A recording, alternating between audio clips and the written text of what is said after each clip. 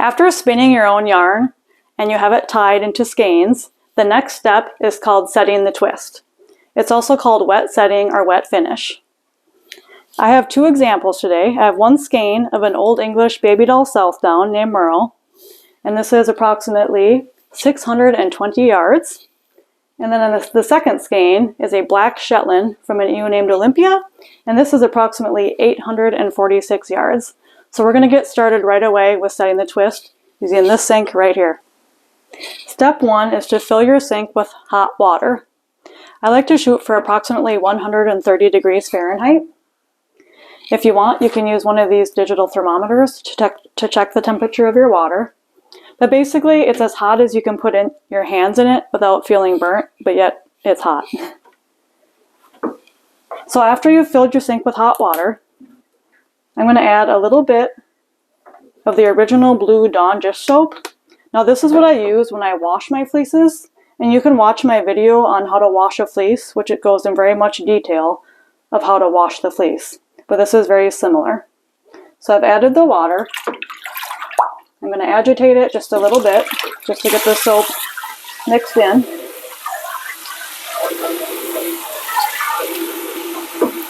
We're going to do a little bit more.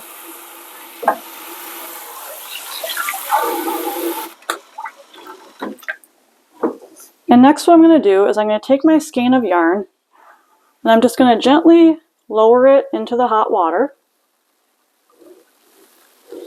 It is optional if you want to use detergent or not. I choose to do so because I usually have a little bit of remaining dirt in my fleece. But since I've started using a spin dryer when I process my fleeces, they are a lot cleaner than compared to when I did it all manually. So we're just lowering the yarn down into the water, and we're just going to push down. So this water is hot. It's hot enough that I can put my bare hands in there and tolerate it, but not by much. If we went any hotter, you'd be burning yourself. So the key here is we do not want to agitate the fleece, or else it could cause felting. And felting the fleece means that it's kind of matted up, and it would ruin it. So no agitating, no going left and right. We only go up and down.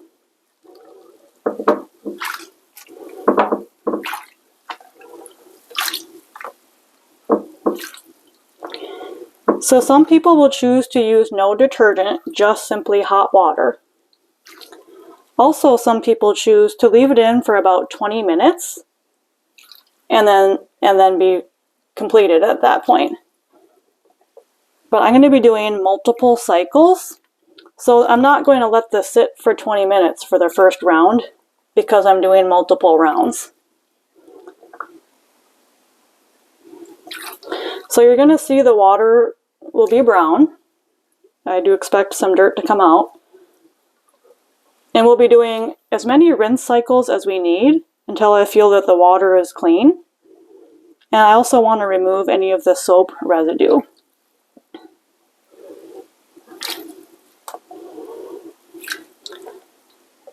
Most of the lanolin or grease from the fleece has been removed during the washing and drying process before I carded the fleece. This is just getting a little bit of the residual. It's very important that we do not change the temperature of the water from cycle to cycle. So this is very similar to washing the raw fleece. We don't want the fleece to felt. So we wouldn't want to wash this in hot water and then rinse it in cooler water. Try to keep the temperature the same for every single cycle. So I will let this soak for a few minutes, and I will be back for the next step. So this has been soaking for plenty of time now, so I'm going to be draining the dirty water. Just take note of the color of that, and you can see the light brown color.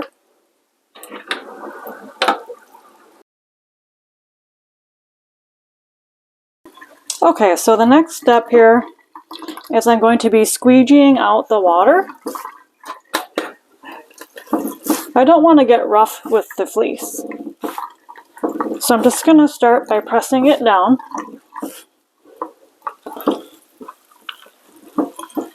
I'm gently going to flip it upside down.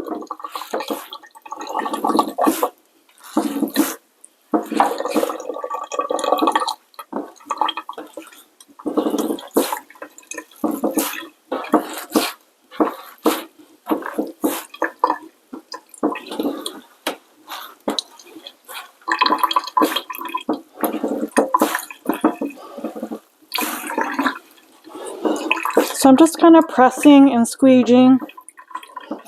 I'm not going to throw it around or twist it.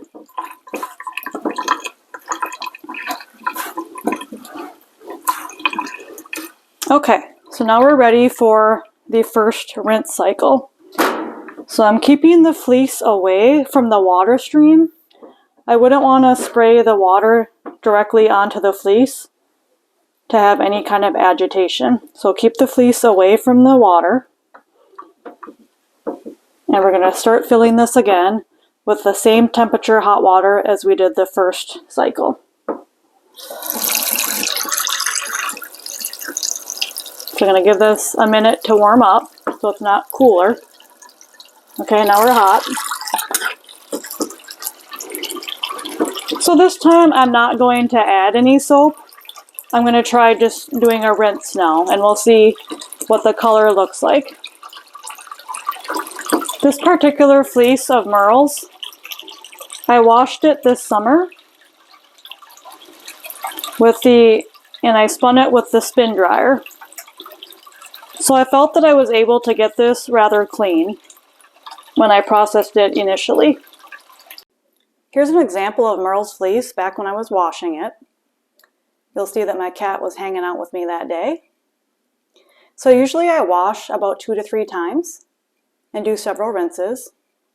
This is a close-up of what it looked like after just one washing. And I could tell that I really wanted to try spinning his fleece this year. Isn't that gorgeous?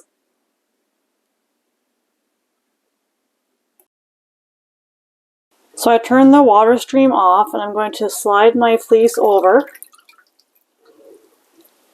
And again, submerge it into the water.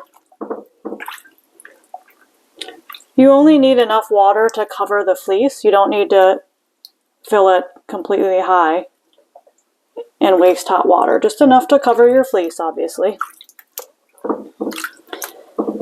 So again, I'm going to press down. I can still see quite a bit of dirty water coming out. But also keep in mind that I did not wring it out very aggressively either.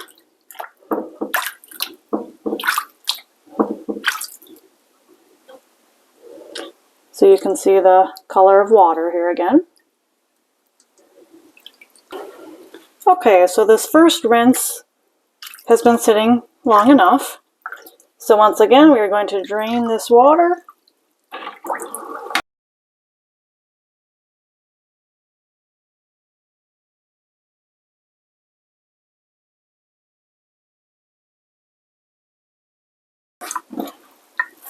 Okay, and I'm going to fill the sink to do rinse number 2.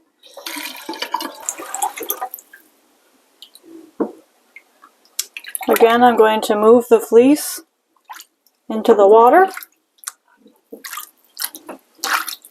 and press down again, up and down. So some people will spin in the grease. And what that means is that they're spinning their fleece without washing it first. So they're spinning a raw fleece in the grease. So if you are spinning that way, I do not recommend washing or setting the twist in your house. I recommend doing it outdoors. The reason is that lanolin, I don't want it to wreck the plumbing in your house. You wouldn't pour kitchen grease down your plumbing. I don't recommend that you would pour lanolin grease in your plumbing as well. So do it outside. Now I've already washed my fleeces before I carded them outdoors. So the little bit remaining here is very minimal. But if you were again spinning in the grease, there would be quite a lot of lanolin here, and you would not want this in your plumbing. So I drained rinse number 2. I filled it for a third rinse, and that'll bring us to the final squeegee. So since this is the final squeegee, I'm going to spend a little bit more time adequately squeezing out the water. So I want to talk about why set the twist. Several reasons. We want to help the energy in the yarn to relax. So because I like to spin singles, there is a lot of excess overtwist energy. So I do want that to relax. Versus somebody that's doing applied yarn, it would be more balanced and not have as much overtwist energy as my singles. A second reason to set the twist is that it causes the yarn to bloom. You can already see it here in the sink that it's already much larger. So what do I mean by blooming? Blooming is basically the diameter of the yarn is getting larger. It's kind of poofing up or fluffing up.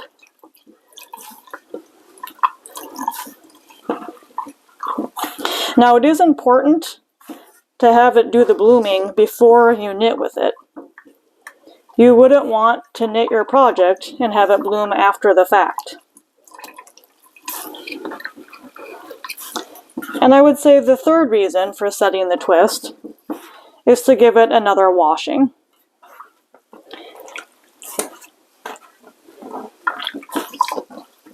You could see through this process that there was some dirty water still, so I like to give it a final wash.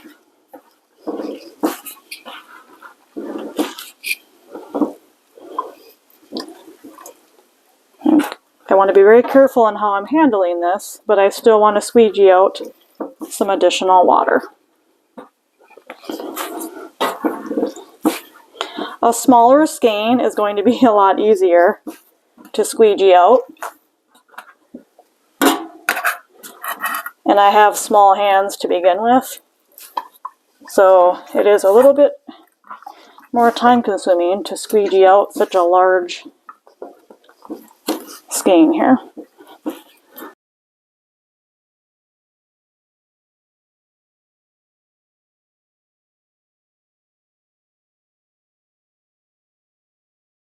So the last fleece we have is the Shetland fleece.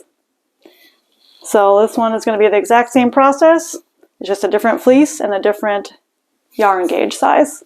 So let's go ahead and get started with that one.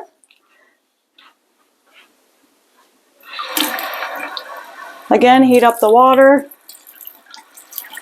nice and warm.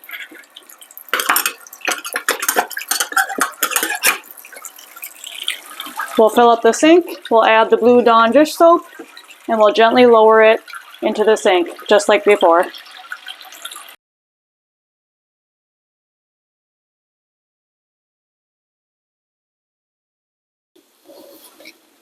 Again, gently lower the skein into the water by pressing down.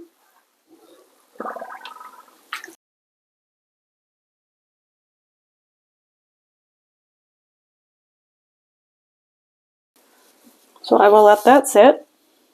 Look at the watercolor of the first soaking. So carry on with your rinse cycles, and I'll meet you back for the next step, which is drying. Grab hold of the skein and hang it right over the clothes hanger, like so. Okay. So what I like to do is hang this over either a bathtub, shower, or sink, because you will get a lot of dripping.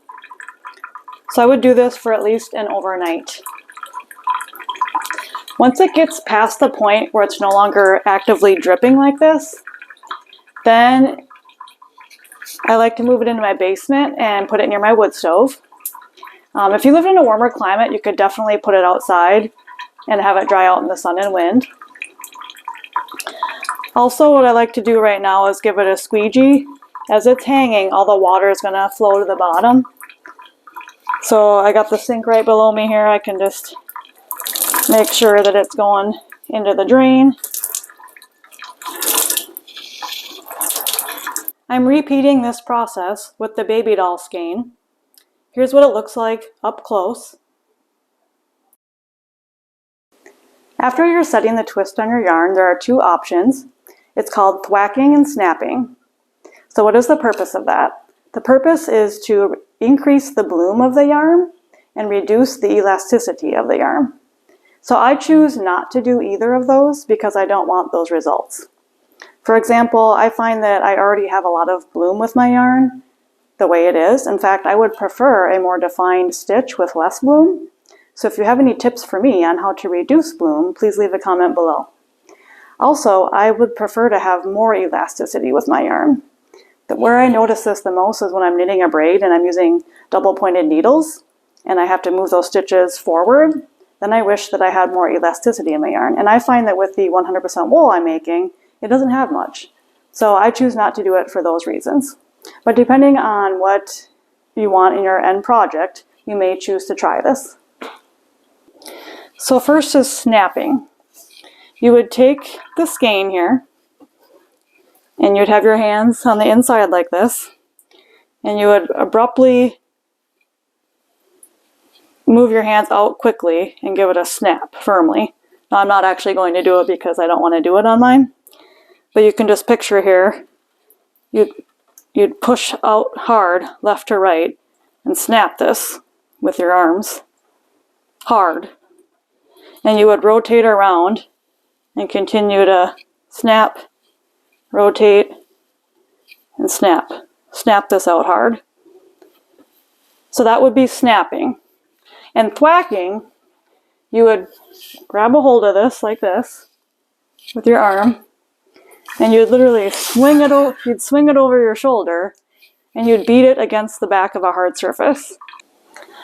I have one more additional point that I want to discuss. So when this is hanging to dry, and you're looking at the overtwist, you may be tempted to hang a weight on this in an attempt to correct that overtwist.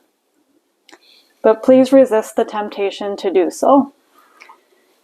If you hang a weight on it while it's drying, it will dry straightened out with the kinks removed from it. But the problem is when it gets wet again, that overtwist kinking will just return.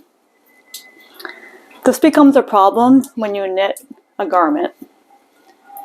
So if I were to straighten this out, knit a garment, and then wash that garment by getting it wet again, that overtwist could return after the fact. And so we don't want that garment to behave wonky, basically.